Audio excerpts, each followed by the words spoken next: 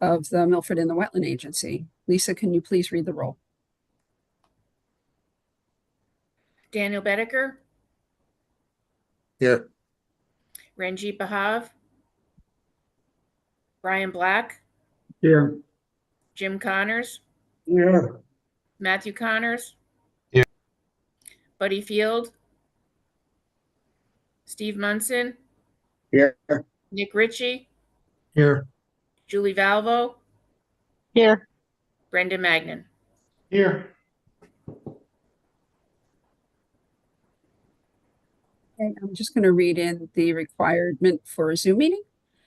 As we continue to host remote meetings, I want to take the opportunity to highlight a few guidelines to ensure business runs efficiently and that all statutory and administrative rules are followed.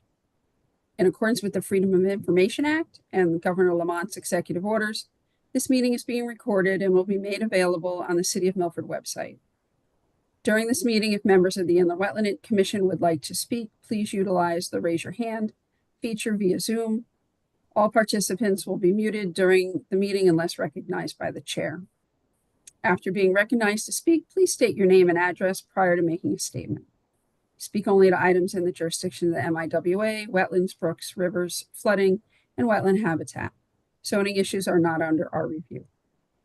For the record, I'd like to report that Commissioners Bedecker, Bahave, and Connors have been reappointed and sworn in, and that per the Inland Wetland Agency bylaws, the first meeting in January is the organizational meeting of the Wetland Agency with the election of chairman, vice chairman, and parliamentarian. And item B for the organizational meeting, I'll now explain the responsibilities of chairman per the bylaws. Bylaws section 5.2, the chairperson shall preside over all meetings and hearings of the MIWA and has authority that include but is not limited to calling special meetings, directing or authorizing actions of the MIWA designated agents. When in the judgment of the chairperson or the agent, action is required during the period of time between regularly scheduled meetings or before a special meeting can be called. Appoint subcommittees for purposes and terms approved by the MIWA. Attend all subcommittee meetings as an ex officio member of each committee, and attend significant city meetings as required to represent the MIWA. Bylaws section 5.3, the chairperson shall have the privilege of discussing and voting on all matters before the MIWA, but shall not move for or second any motion. Lisa, can you please run the election? So I'm going to ask for any nominations for chairman, please. I nominate Brendan. I'll second that. Are there any further nominations? Calling twice. Any further nominations for chair? 3 times. Any further nomination for chair? There being none, I cast 1 vote and deem Brendan chairman. Thank you, everyone. Thanks for the nominations and the support. It's my privilege and honor to carry the role of chair. I don't come into these meetings with that predetermination, and I really appreciate the trust and look forward to serving as your chair for the year. Well, thank you for accepting it. Thanks, Jim. As somebody who's been here 32 years, I appreciate that. You being the person with 32 years of tenure. So it's great. And congratulations to those who got reappointed. So Dan Bedecker, Jim Connors, and Bahave, Rajit Bahave. So thank you for putting yourself back in the agency, being willing to do that. Moving on to nominations for vice chair. Could I have a nomination for vice chair, please? Just want to encourage anyone that's interested to raise their hand. Mr. Munson has offered to give the opportunity to somebody else. So I don't want to put him on the spot, but Matt Connors, are you interested in a nomination? If you guys would like to have me, I'll participate. Second that. we have a motion and a second. Do we have any other nominations? Do we have any other nominations? Hearing none, Lisa, if you I'll would. cast one vote deeming Matt Connors vice chair. Great, congratulations, Matt. Thank you very much, guys. Appreciate it. Appreciate your time and energy into this. Shame you're not on camera. You'd be smiling if you were. I know I am. I promise I'm smiling. I'm sorry. Okay, moving on to parliamentarians. So we do have a vacancy in this role. If we could please have a nominee for parliamentarian.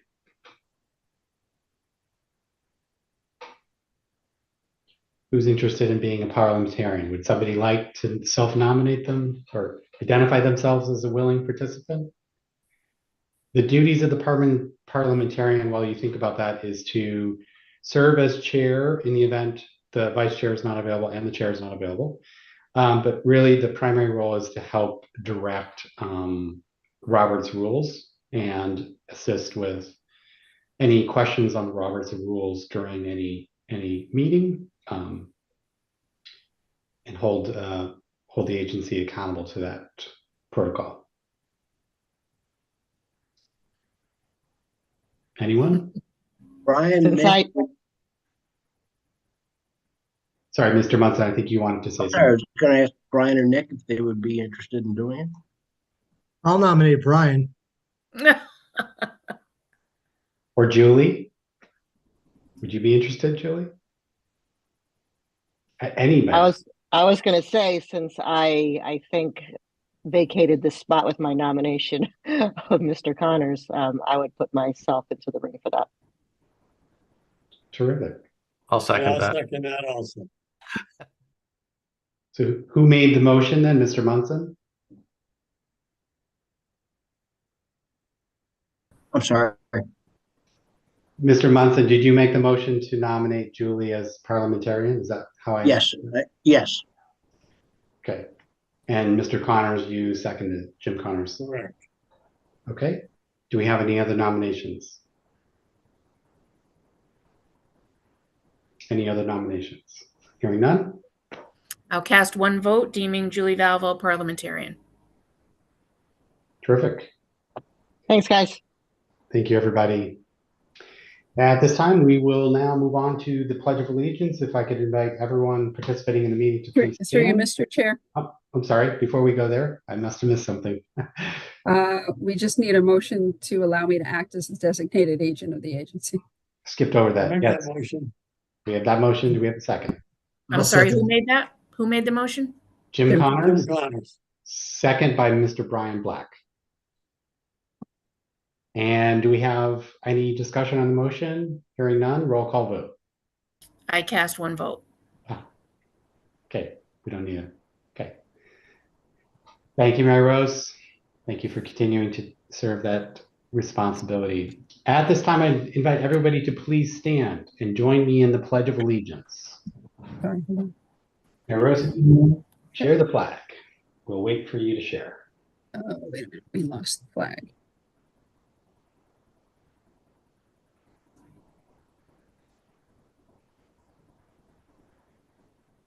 Pledge allegiance To The flag be the flag of the United States of America and to the republic for for which which it stands, one one nation, under under God, God, indivisible, indivisible, with liberty and justice for all. Thanks to everybody and their families who have served the United States. Okay, moving on. We are now, if you don't mind putting the agenda up, Mary Rose, maybe you do have it up. No, we're just having a little, Zoom's decided to hide the screen share option. No.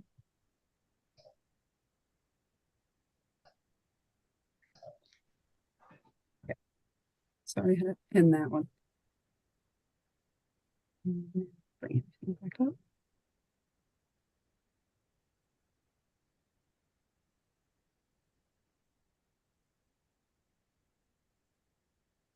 There you go.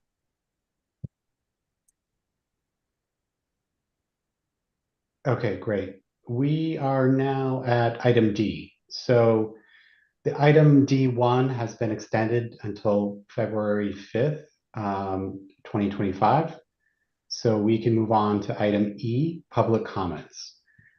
Is there anyone in the audience from the public that wishes to address the agency on topics that are not otherwise on the agenda? I don't believe so. So I believe we can move on to item F, old business. Mary Rose, could you please introduce this one? This is item F. It's IW 240091. It is 300 to 336 subway, map 41, block 303, parcel 2 and 2U. It's an application by RD Cinto for redevelopment of the properties at 300 and 336 subway from 2 office buildings to a warehouse and office space with construction and grading and stormwater improvements within 150 feet of wetlands adjacent to the northern of wetlands in the Beaverbrook watershed. Warehouse is proposed within 15 feet of the existing detention basin located in the southern portion of the site and within 60 feet of wetlands adjacent to the northern parking lot area. The project includes updates to the existing stormwater systems and minimal grading. No work is proposed within the wetlands on the site. The city engineer met with the design engineer, reviewed the proposed plans. His review and my sidewalk memo with photos are in the meeting documents this evening. This application is represented by attorney Kevin Kersaden. Wetlands were delineated by Bill Kenny. He's here this evening as well. And Manny Silva of Rose Tizo is the engineer for the project. Great. Thanks, Mary Rose. Turning it over to you, Mr. Kersaden. Do you want to? Yes. Thank you, Mr. Chair, and congratulations on the reappointment. With me this evening is let me back up. My office address is 3 Lafayette Street in Milford. With me this evening is Bob Cinto, Rob Cinto, Bill Kenny, and Manny Silva. And before I turn it over to Bill Kenny to present, Mr. Cinto would like to make a couple of comments regarding the project. Sure. Over to you, Mr. Cinto. Oh, you're on mute still. Good to see you again, by the way.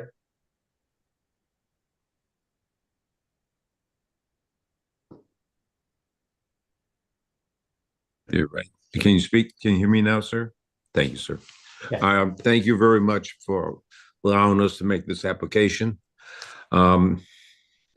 We've had a very good working relationship with Milford and the wetland officers. They've made weekly inspections. We've done everything we've been asked to do. We've made some improvements to the pond already. We were asked to improve a walkway all the way around, something that was never involved. We were never involved in originally, but they thought if I can get that done, it'd be a real plus for the communities. So we did that.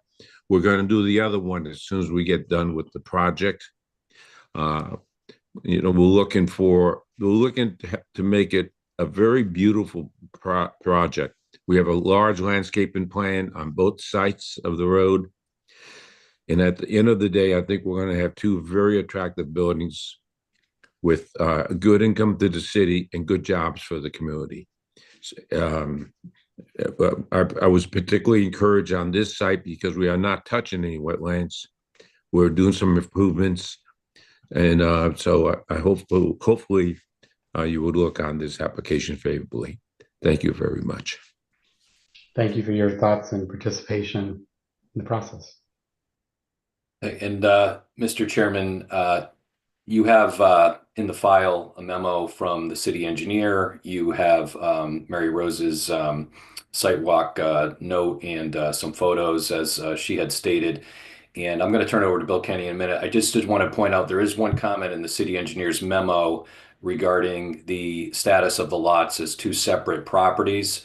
But just for the record, the lots were merged by a zoning approval in 2010 when there was a previous approval on this site. So the it is the city engineers considering it as one lot, and we're presenting it as one lot. So there's not two, that's why there's not two separate applications with this. And it is consolidated for zoning purposes already. And with that, I'll turn it over to Mr. Kenny. Thank you, Mr. Crusaden. Mr. Kenny? Yes, good evening. I'm Bill Kenny, the principal of William Kenny Associates in Fairfield. Before I get too far into things, I just want to say I'm not going to turn my video. I'm actually joining from my car this evening because I need to jump out when I'm done here to join another meeting in another town. So to allow for proper bandwidth, I'll keep my video off if that's okay. No problem. Okay. So I'm a principal of William Kenny Associates, professional wetland scientist, soil scientist, and landscape architect. We were involved with the project with wetland delineation, wetland assessment, reviewing the existing conditions and proposed conditions, working with the design team. Rose Tizo, we were responsible for surveying and civil engineering and architecture. And also working with Mr. Cinto and his team and Kevin and the city staff to develop the plan that we're going to review with you this evening, which as a professional wetland scientist and after a detailed review, we have concluded that this proposal will not hurt the wetlands, that it's going to be done in a way that ensures that there won't be any adverse impacts to wetlands. And so I'd like to review with you existing conditions and proposed conditions and why we've come to that conclusion with regard to impacts. So I'm going to take a second here and share my screen. Sorry, Bill, I put mine up. Hold on. Okay. Go ahead.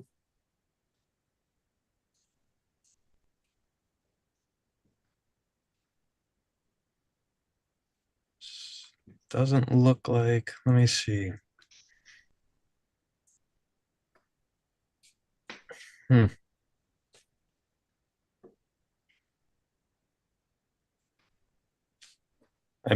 Maybe I can't do this. Bill, this is Kevin Crusaden. Yes. I did get that report, and I believe Mary Rose had started sharing that presentation. Okay. Earlier. Yeah. All right. That would be great. Mary Rose, would you? Yep. Okay. Okay. If we go to the second image, please. Mm-hmm. Here, I just wanted to start with the aerial photo that shows the context, the location of the property. And we've orientated the aerial photo so that north is to the top left roughly, because the site drawings are in that orientation. So we turned the aerial photo to match that. But you can see I-95 on to the right there, and I believe that's exit 35. And then the site is highlighted in a pink color there. The Housatonic River is off to the left.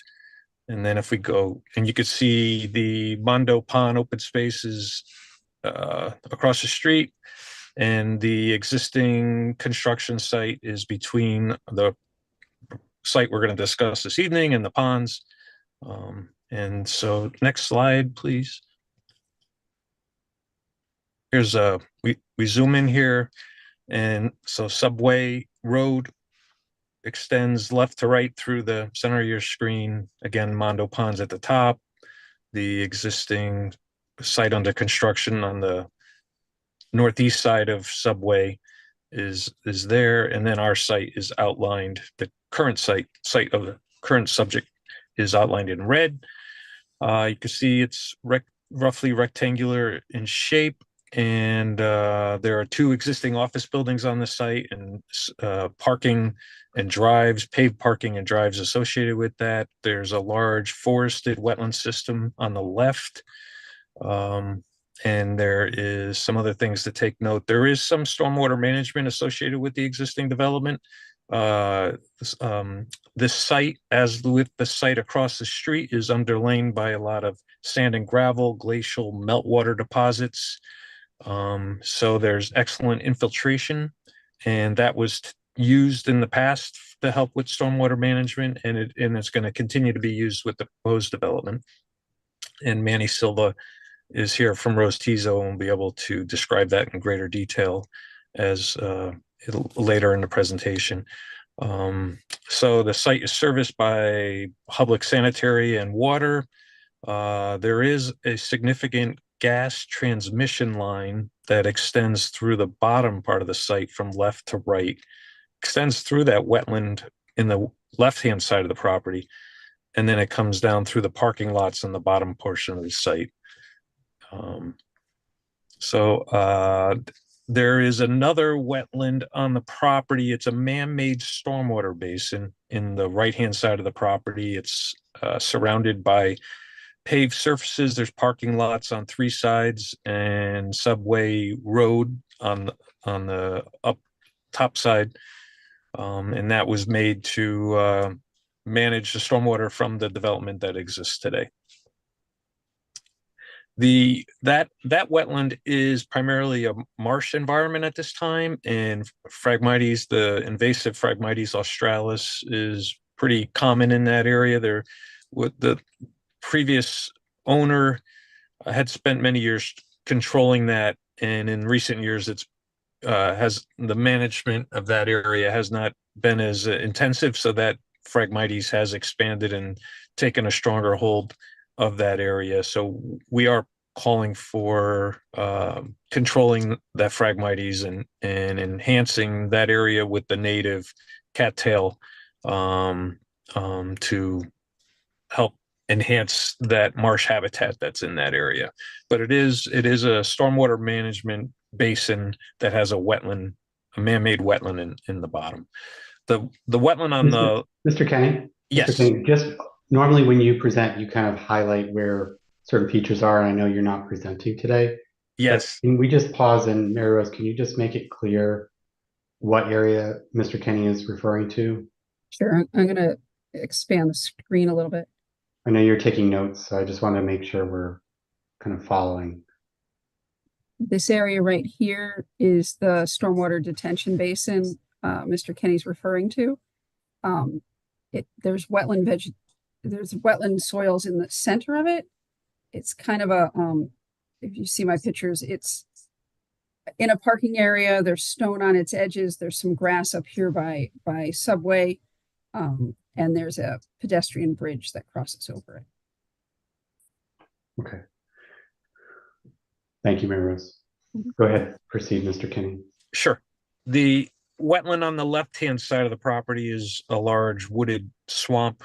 As I find in many areas that are developed and where wetlands exist in a outwash condition where meltwater deposits underlie the wetland, there's often a drying out of the wetland because the regional water table has dropped over many decades as development has occurred around it. And we did find that that's the case with this wetland, that it appears to be somewhat drier than it was in the past, but nonetheless, it's still a valuable forested system, still has wetland soils and wetland hydrology, and a good layer of multiple layers, vertical layers of wetland vegetation, has ground cover, shrubs, understory trees, canopy trees.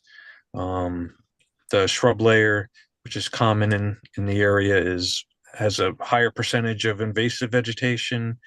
And the tree layer has fewer invasives. It's primarily native vegetation. There are some areas of trash and debris in the wetland, as we often find in suburban and areas like this. So that, with that said, we could go to the next slide and look at the proposed development. The site is about 12.5 acres, just over 12.5 acres. Like I said, there's 2 existing buildings and the parking, and then the proposal is for 1 new warehouse building. A good portion of the parking and drive areas will remain relatively untouched, and that's on the far left and on the far right Those areas will remain unchanged, and there will be a change to the drives and parking in the central portion of the property. The drainage, due to those three areas, the drainage has been divided up. How it's being handled has been divided up into three different areas, and Manny can discuss that. But essentially, the drainage conditions that exist on the left and on the far right will continue as they do today. On the left, the stormwater runoff off that pavement is directed to gravel trenches that run along the perimeter of the pavement. When that water hits that, it goes into the gravel and into the ground, and there's a significant reservoir of gravel beneath the pavement that accepts that water and then allows it to infiltrate through the soils that underlie it. And it was designed to allow for that. And on the right-hand side, again, the pavement in that area is pitched to that stormwater basin, the stormwater wetland, and the stormwater runoff is controlled by passing through that basin. That basin provides good both water quality and quantity management. So then there's the building and the pavement in the central portion of the property. There's impervious surface on the site is increased about 0.3 acres from approximately 3.9 acres to 4.2 acres. So there's a slight increase in impervious pavement. There is outlined in light blue is a subsurface infiltration system made up of a number of numerous rows of chambers, retention chambers that'll be put underground that'll hold water and allow that water to infiltrate into the underlying soils and mimic what happens in a natural system. So the water will be collected from the building and from the parking and drives in the central portion of the property and be directed to that infiltration retention system and allow that water to be cleaned. However, in addition to that infiltration system, there's a number of other measures that are being used to help with water quality. The catch basins that will collect the water on the pavement areas, they have deep sumps and hooded outlets that'll help remove coarse sediment and any floatable pollutants, perhaps oil and grease or trash. And then that water will be conveyed through pipes, and before it enters that system, there are hydrodynamic separators to provide another level of removal of floatable pollutants and coarser debris material. So then the finer textured, finer material will be removed as it goes through that infiltration system. So you have a treatment train, multiple structures that are incorporated in the design to help remove water as pollutants from water as that water makes its way through the property. So the development activities are removed from the wetlands, although they're will get close to that stormwater management wetland in the right-hand side of the property. We have discussed and it is proposed that that improvement for that area of the building will be when they excavate for the foundations and things like that, they'll have the machine on the what will eventually be the inside of the building, and they'll access and do that excavation from what would be the inside of the building in the future, and put in those foundations and work from the building side so that the wetland itself is not disturbed when they do that work. And then otherwise, the potential, since there's no activities in the wetland, the potential for an impact would be during construction from soil erosion and sedimentation. We're lucky that because this site is relatively level and because it's underlain by this very sandy, gravelly material, the potential for erosion is very limited. Though when rain hits the soil, it just goes right into the soil. So there's very limited runoff, which results in very limited soil erosion. So that's great. So there's less erosion to deal with, and then that makes it easier with the trapping sediment because you have less sediment. But the site engineering drawings show soil erosion and sediment control measures around the perimeter of the site, bordering the wetlands, and around the perimeter of the development area. And Manny can speak in more detail about that later if needed. And then post development, again, there's a stormwater management system in place to treat the water quality, and with that treatment, it's our conclusion that the wetlands will be protected because the water is going to be collected and treated before any water is discharged to the wetlands on the site or off the site. We do have a planting plan, which was just a slide or two after the aerial photos near the beginning of the, there it is. So as Mr. Cinto indicated earlier, there's a substantial amount of planting being proposed. We are adding, we'll start along the streetscape. We're adding a lot of shade trees to supplement many shade trees that already exist on the left-hand side of the property. So on the center and right-hand side of the property, we're going to add more shade trees to pick up on that same landscape characteristic. Then around the stormwater basin, we are going to establish a buffer of native vegetation and ground cover, shrubs and trees. Add more shade trees there and shrubs and ground covers between the basin and the building, and between the parking and the basin as well.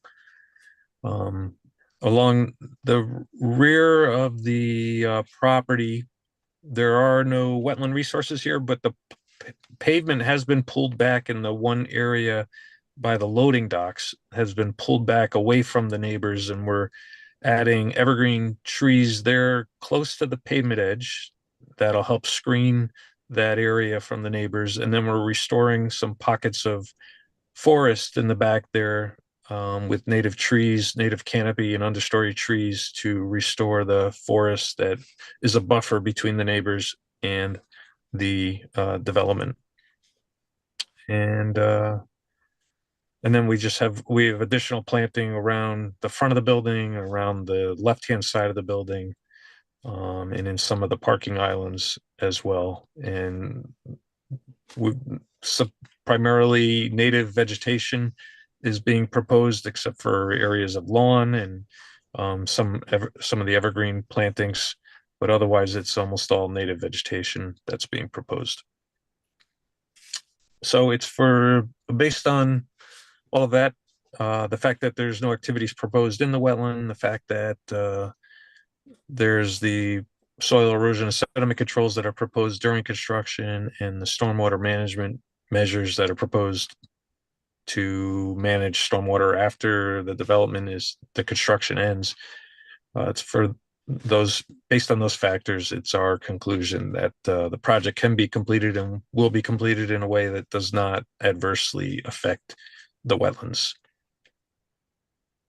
So please answer any questions you might have, and if you want to hear from Manny, Manny's here as well to answer questions and provide a presentation regarding the site engineering. Great. Thank you very much, Mr. Kenny. Appreciate your expertise and insights.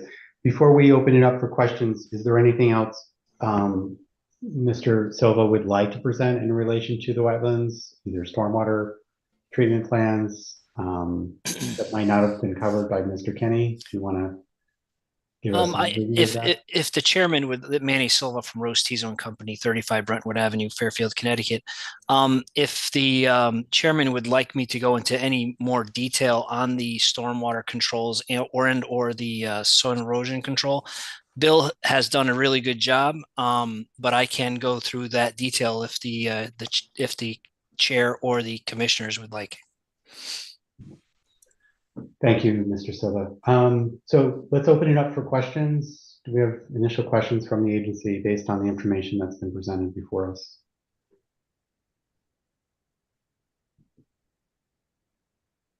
I think it's very well described and very well laid out, in my opinion. Thank you, Mr. Connors.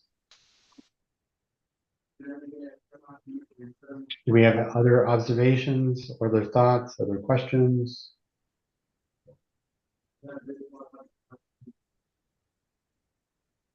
Mr. Matt Connors, do you have any thoughts, questions? No, I was just saying that I agree with Jim. I thought it was very well prepared, very well said, very well presented. Thank you. Great, thanks, Matt. Ms. Valvo, Ms. Ritchie, Mr. Ritchie. Yes, Mr. Commissioner, I think the project as proposed enhances the woodland behind the property and makes it more sustainable, and I think it's very well laid out too. I concur with everyone else today. And Mr. Shinto's stewardship of the land is excellent. Thank you, Mr. Ritchie. Yeah, I too commend the applicant, Mr. Sinto, and your team, Mr. Kenny, Mr. Salvo. I do have just a couple clarifying questions, just to make sure I understand this and it's clear for the record. Mr. Kenny, the inland wetland box on the right, if I understood what you said early on, was that designated as inland wetlands some time ago? And I guess a two-part questions is what are the functions and values of that particular inland wetland? And likewise, same question for the inland wetlands off to the left, the bigger piece. What are the functions and values? I think you described the ones on the left as being highly functional and highly valuable, but I just wanted to get an understanding of that in your expert opinion. Right. So there's generally around 8 or so typical functions that people consider when they think about what it is that wetlands do and that society finds of value. And there's groundwater discharge, groundwater recharge, there's floodwater control, there's water quality treatment, there's both flora and fauna, having an abundance and diversity of flora and fauna, and yeah, those are pretty much the primary functions. This stormwater basin, because it's designed as a stormwater basin, it's very high functioning in that providing flood control, cleaning water, which is all great. Those are very important wetland functions, and it's provided at a high level in this basin, and it will continue to be used in that way. It was designed and constructed for that, and the project it's currently proposed to continue in that way. But also because of the vegetation that's there, it as a marsh, it provides value in increasing the cattails. Although you end up with a monoculture similar to the Phragmites, cattails often have more value to some wildlife that it is a native species versus the Phragmites not being that. So it's a good thing there. So that'll improve the value for some birds that will use that wetland area. But so it's primarily storing floodwaters, cleaning stormwater runoff, and it'll allow for some groundwater recharge, particularly in the summer months when the regional groundwater is at a lower level and this basin is sitting up above that, and stormwater gets collected into this basin, and some of that stormwater will slowly infiltrate through the ground and help recharge the local groundwater. So, thank you, Mr. Kenny. And the bigger wetlands off to the left, those have high functions and values as well, correct? Yes, it has many of the same, because it's relatively level. It's like a natural stormwater collection area or water collection area, and it's relatively level. So it provides those naturally, it's providing flood detention, flood control, water quality improvements, but it also, with the diversity of vegetation, with the ground cover, the shrub layer, the understory, the canopy trees, understory trees, that's functioning at a much higher level on flora and fauna. Than it can support a much wider diversity and abundance of fauna, and it's similar with the flora. So it has a higher value in those two areas. Okay. And Mary Rose, could you move it back to that rectangle area? And just one follow-up question. Mr. Kinney, earlier, I think you said that like the construction is the sort of area of risk to that resource. So you've got all the measures, and I commend you guys for thinking about ways of actually improving that wetland by replacing the invasives. That's fantastic. Are there going to be, is there going to be any signage with sort of the investment in the warehouse and the traffic and the parking? Is there going to be signage that sort of alerts the public or the people coming and going that these are protected inlands and wetlands? We could certainly include, I think that's a good idea. We could include some signs to educate the public with regard to that. Okay, that'd be great. And I presume during construction, there will be notes to make sure that the construction personnel are certainly aware of it, as you have with other construction protocols. I'm assuming that's part of the plan, yes? Yes. Okay. Yeah, those are my questions and observations, and I commend Mr. Cinto and your team. This is a great investment, and it's really outstanding that you've protected the inlands and wetlands in the way that you have. You've been very thoughtful by bringing in the right experts. So we appreciate that. Any other questions? Through you, No. Mr. Chairman, I just wanted to note the site plans do show, I think the erosion control plan may show it, do show that they've got a no storage, no snow push signage that will be around the edges of the parking lot. Parking lot is essentially the same as it was before. So where they plow snow to now, they will presumably plow snow in the future. But that signage is included on the site. Thank you, Mayor Rose. Is there signage noted with respect to what we just discussed, or is that something that has to be added to the plan? No, that would be that would have to be added or a condition of the approval. Okay. And Mayor Rose, keep us honest. We're hearing this application tonight. We accepted it at the last meeting, so therefore we can make a decision tonight to either have a site walk, we can move to approve the meeting or approve the application if we so choose. We can table it. Those are the options we have this evening. Is that right? Pretty much, yeah. You can ask questions, you can request additional information, you can do a site walk. I do have pictures of the site if you wish to see them. You can schedule a public hearing, although no petition was received by the deadline, but you could call for one for public interest or in as a significant impact. You can take no action.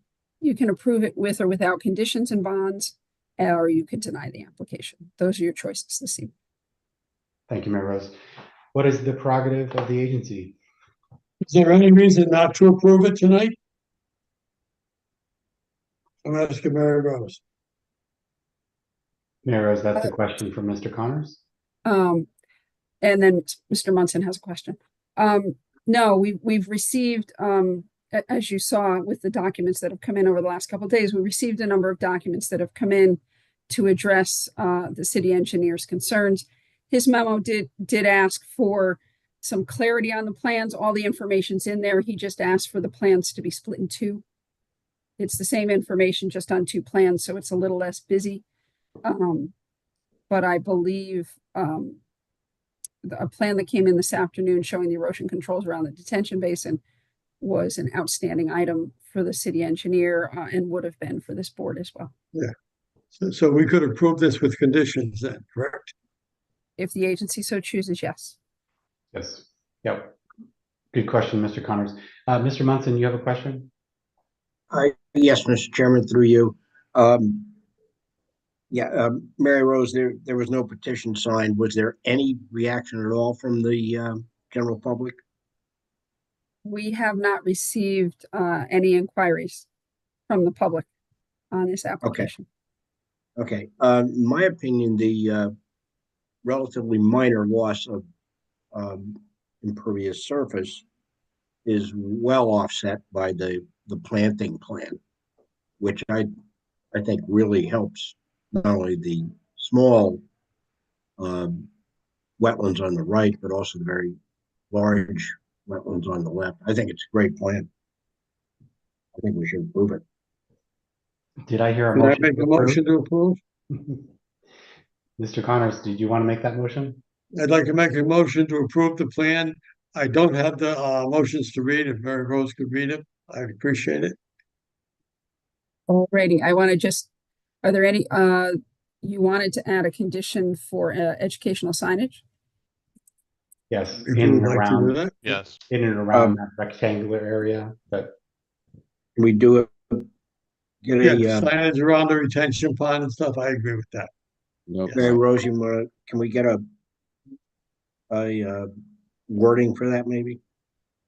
We have a sign that we've used on other sites that I can share with Mr. Kenny. He may have something that he's used on other sites. and Mary Rose, what I heard earlier, Mr. Connors say is we should condition the approval on the city of engineers approval. Yep, compliance with the Whatever. city engineer's requirements. Okay, That's Yeah, whatever Right. needs to be done. right. I just wanted to clarify that before I read the motion. Okay, so before you read the motion, I'm sorry, but do we have a second on the motion? I'll second it. We have a second, okay. okay. Proposed motion, Mr. Chairman, after duly considering all relative factors, I move to approve application IW 240091 300 to 336 subway based on the plans entitled Regulatory Submissions, City of Milford Planning and Zoning Commission Warehouse Building 300 336 subway, Milford, Connecticut by Rose Tizo and Company, LLC, cover in 14 sheets dated 12/17/24, revised 1/10/25, with the erosion control plan that was revised on 1/15/25, and a planting plan entitled Planting Plan 300 336 Subway, Milford, Connecticut by William Kenny Associates, one sheet dated 1/15/25. The information in the file and presented this evening for the following reasons. This action will not have an impact or effect on the physical characteristics of the adjacent wetlands and watercourses, with conditions including the permittee must submit a construction plan and stormwater management plan prior to taking out the permit. Permittee must submit within 90 days of the final approval the above mentioned construction plan, a spill prevention and cleanup plan, proposed stormwater and water quality system maintenance plan, proposed mitigation monitoring bond calculation, proposed permit construction bond calculation. Soil erosion and sedimentation controls is outlined on the plans and in the Connecticut DEP 2024 erosion sedimentation control guidelines must be installed and maintained on the site until his property is stabilized. Copies of the sedimentation and erosion control inspection logs signed by the permittee and the qualified inspector must be kept on site and submitted to the MIWA weekly and within 48 hours of a precipitation event. Wetland notification to be placed on the as-built to give notification to the property owners and that permits are required from the MIWA to work on the site. Documentation to be submitted to the MIWA office prior to bond release. Compliance with the city engineer's requirements as stated in his memo received 1/15/25. Stormwater treatment must be installed as approved on the plans unless any changes are approved in writing prior to making that change. Educational wetland signage to be placed around the detention pond. A construction bond to be calculated must be posted with the MIWA for S&E controls wetland plantings, wetland boundary markers, and an as-built showing finished 2-foot contours and locating off-site structures. The permittee must submit a certification by the project engineer that the completed project meets the design intent of the approval prior to bonds being released. Permit is issued 1/15/25 and expires 1/15/30 unless otherwise provided by statute. That is a motion. Thank you, Mary Rose, for reading Mr. Connor's motion.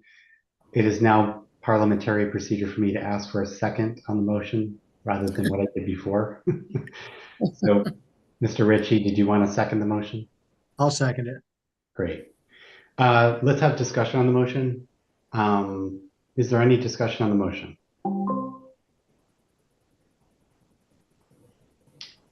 I have two thoughts. One is, again, commend the applicant team. Really well designed plan. You've put a lot of effort into it. You've worked with Mary Rose. We are certainly appreciative of that. Looks like there's some net improvements in relation to the wetlands. My one remaining question that I just saw on the plan, it says the existing bridge to be removed. So I would just want that as a part of the condition that removal will not have any adverse impact on the wetlands as well. And Mary Rose, maybe you could just qualify, do you think that the plan addresses that sufficiently? I don't know if anyone else saw that, but given that bridge is going to be removed, I want to make sure that, you know, that's addressed and that there's no harm to the resources. Through you, Mr. Chairman, I think that the plan does address that. I don't know that it has a specific graphic for how that will be removed. I think that's left to the contractor.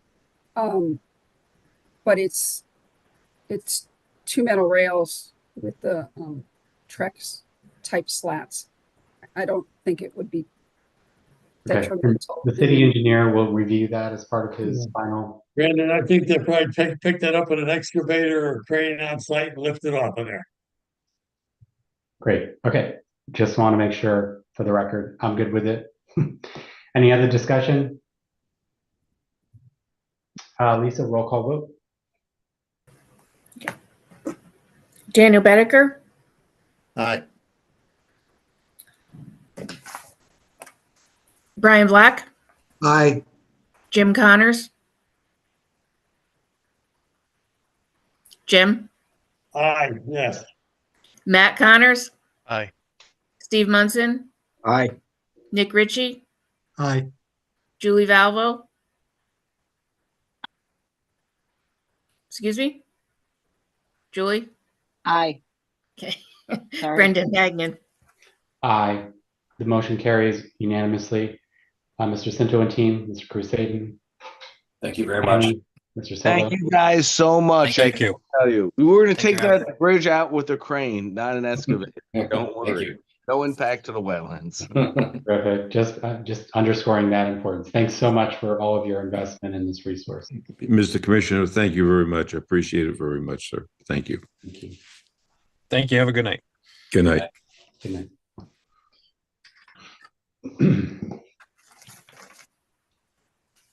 Okay, moving on to, maybe you could put the agenda back up. I believe it's item G, consideration of the December 18th public hearing and regular meeting. Do we have a motion to accept the minutes from the December 18th, 2024 public hearing and regular meeting as presented? Where's that motion, Brendan? I'll second. Do we have a second? Any discussion on the motion? Hearing none. Lisa, roll call vote. Daniel Bedecker, Aye. Brian Black, Aye. Jim Connors. Okay. Matt Connors, Abstain. Steve Munson, Aye. Nick Ritchie, Aye. Julie Valvo, Aye. Brendan Magnan. Aye. Motion carries unanimously. Thank you. Thanks, Lisa, for a great job on those minutes. It was a long meeting. I didn't do that, Oh yeah. Yeah, you weren't there. Sorry. Yeah. Now that I remember that. Yeah. Sorry about that. Okay, staff report. All right, I'll tell Tony Weeks that you appreciated the minute. Yeah.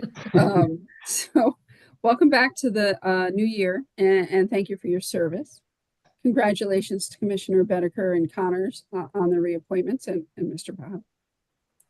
Please review the information on the IWA Commissioner reference page, including the regulations, training, and bylaws, etc. If you have any questions, please call the office and speak with Taft or me. We're very lucky. We have a fully trained agency and staff. Everyone has taken and received their certifications. There are additional training opportunities that are listed on the commissioner page. And I just want to note that the Connecticut Bar Association Planning and Zoning section is holding their annual training on March 22nd. It's an all-day event. It is a Saturday. It's 9 to 4:30, but it is via Zoom. It pretty much runs all day. There is a session during lunch, eating at your desk. Just got your cameras off. It comes with a very large book. It does address a lot of zoning issues, but they're also applicable to land use and wetland issues. And if you're able to attend, it's very educational. Please let Taft or I know, and we will get you registered. Other than that, my notes and status of sites are on the links in the agenda. And does anyone have any questions? No. Rose, I just have a general question in relation to an applicant such as the last one. Did you do a lot of work with the applicant before they came before us? Yeah, we've had departmental and pre-application meetings with them since probably Thanksgiving. Looking at the proposal, looking at what the resources were, talking to their experts, asking for different information. And that's pretty much what we do on a regular basis. I'll meet with the city engineer and the applicant. I'll meet with the applicant alone. We'll walk the site. We can have the city planner, the building inspector, the zoning officer there. Sometimes the health, police, and fire are there. It depends on the size of the project and what they're doing. But city departments put a lot of effort into plans, meeting with and talking on the phone a lot to engineers, attorneys, various types of consultants, and back and forth through email, looking at plan sets and things that can you pull it in over here? Can you do that? You need to get further away over there, to try to bring you something that will comply with the regulations. Thank you. Thanks for all that work. The work that you and Taft do. If there's no questions for Mary Rose, Chair's report, just want to say thank you everybody for joining the meeting, for your great questions, and congratulations to Jim, Dan, and Rashid Bahave for being reappointed. Thanks again for your vote of confidence, and congrats to Julie and Matt for your roles. Next meeting, I believe, is the 5th of February. The next meeting is February 5th. It will be a continuation of the public hearing. And that will be the first item on the agenda, and we'll discuss that. And then anything else that comes will be behind that. I expect new plans for that shortly. We're going to put that through city engineer review and share it out with obviously it's on the webpage, everybody can see it, but put it through city engineer review so we can get that review back and any of his questions can be answered before the meeting on the 5th. Thanks, Mary Rose. If everybody could just pay attention to your emails to get notice of that information that would be shared in advance of the meeting to make that meeting as productive as possible. If there's no other, I think that concludes the chair's report. So moving on to adjournment. We have a motion. I'll give it to you. Okay. I'll second. Second. Lisa, roll call vote. Dan Bedeker, Aye. Brian Black, Aye. Jim Connors, Matt Connors, Aye. Steve Munson, Aye. Nick Ritchie, Aye. Julie Valvo, Aye. Brenda Magnan. Aye. I apologize before I declare the motion complete.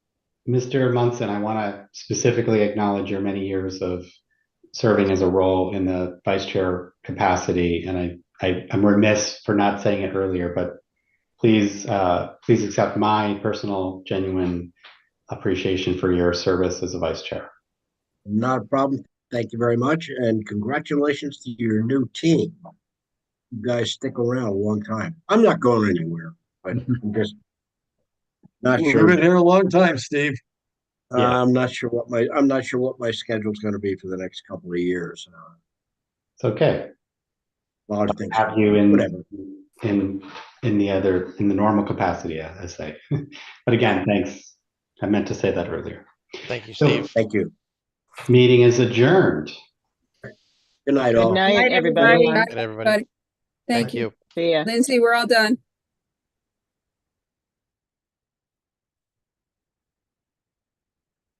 Good night. Hey, Lisa, safe travels. Can I Night, Mary Rose. clicked off of the